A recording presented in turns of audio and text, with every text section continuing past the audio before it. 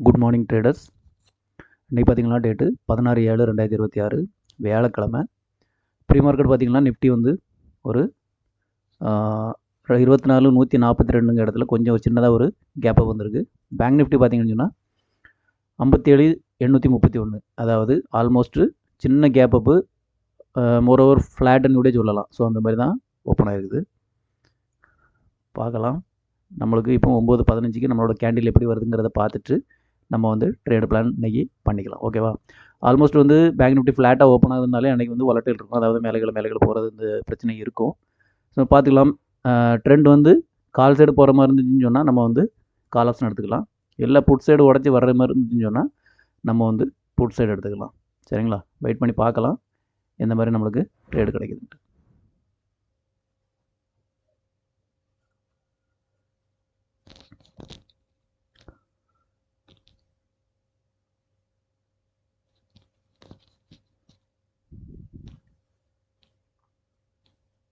Market open ஆயிடுச்சு.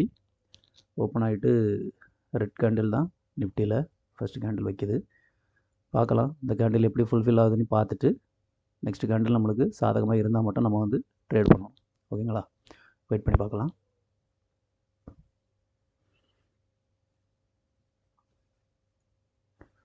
Bank Nifty பொறுத்தளவுக்கு put side தான் வந்து மார்க்கெட் வந்து வருது. ஃபஸ்ட்டு கேண்டில் வந்து பெரிய ரெட் கேண்டிலாக வச்சுருக்குது. பார்ப்போம் மார்க்கெட்டு நெக்ஸ்ட் என்ன பண்ணுதுன்ட்டு.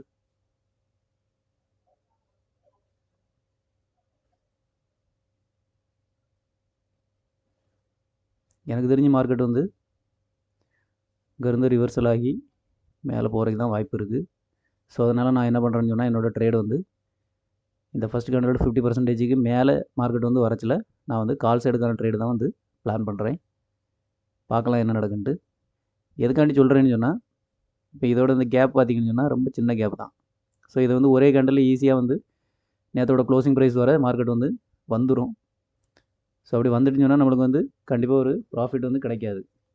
சின்ன ப்ராஃபிட் தான் கிடைக்கும். அப்படியே கிடைச்சாலும் அது வந்து உடனே அடுத்த கேண்டில் க்ரீன் கேண்டில் வச்சுன்னு சொன்னால் உடனே மெல்ட் ஆயிரும். ஸோ நம்ம வெயிட் பண்ணி நம்ம ட்ரேட் செட்டப்புக்கு தகுந்தாப்புல கிடைக்குதான்னு சொல்லி பார்க்கலாம். சரிங்களா? இப்போ இந்த ஃபஸ்ட்டு கேண்டிலோட 50% வந்து நான் வந்து மார்க் பண்ணிக்கிறேன்.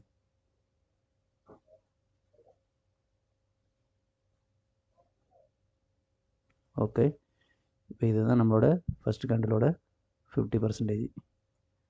ஓகேங்களா? க்ளோசிங் கிடைக்குதாண்டி பார்ப்போம். க்ளோசிங் கிடச்சின்னு சொன்னால் நம்ம வந்து கால் சைடு என்ட்ரி ஆகிக்கலாம்.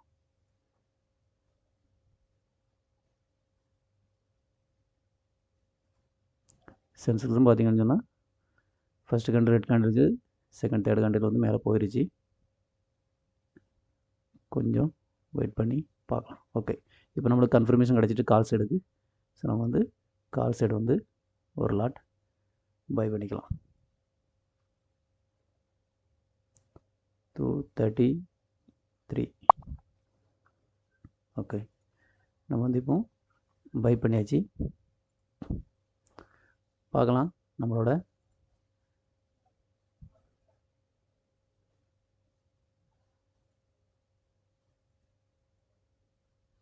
ஓகே நம்ம வந்து 233 வந்து பை பண்ணியிருக்கோம்.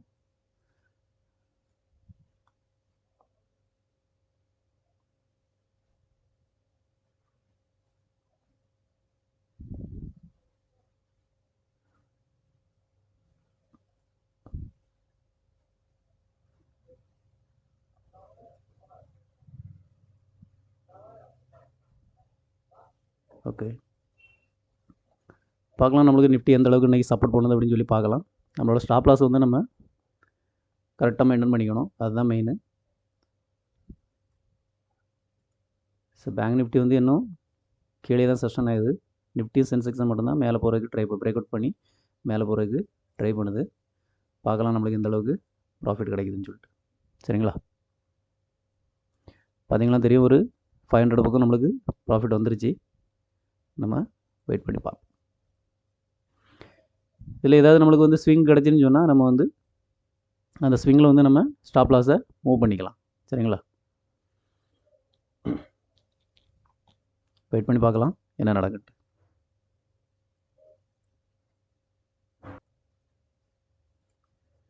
மார்க்கெட் பார்த்திங்கன்னா தெரியும். இப்போ நிஃப்டி வந்து இந்த இடத்துல வந்து ஒரு ரிஜெக்ஷன் எடுக்குது. ஆல்ரெடி ஒரு ரெட் கேண்டில் வந்து ரிஜெக்ஷன் ஆகி வந்துச்சு. அகைன் வந்து மேலே போகிறதுக்கு ட்ரை பண்ணி முடியாமல் மறுபடியும் கீழே வருது.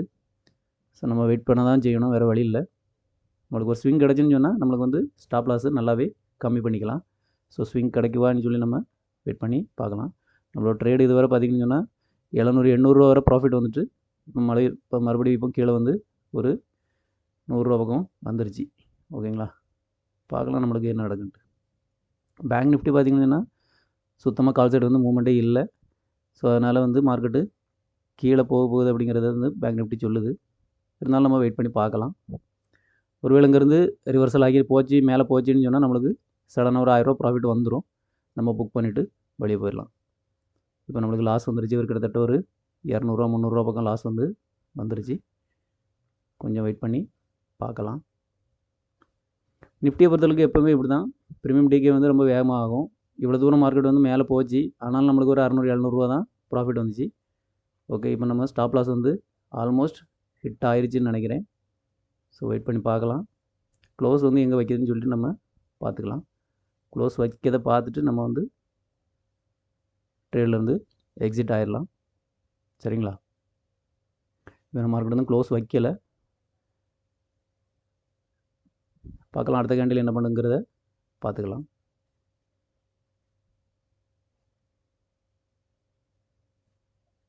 அடுத்த கேண்டில் வந்து புட் சைடு வர்றதுக்கு தான் ட்ரை பண்ணுது. பார்ப்போம் என்ன நடக்குது.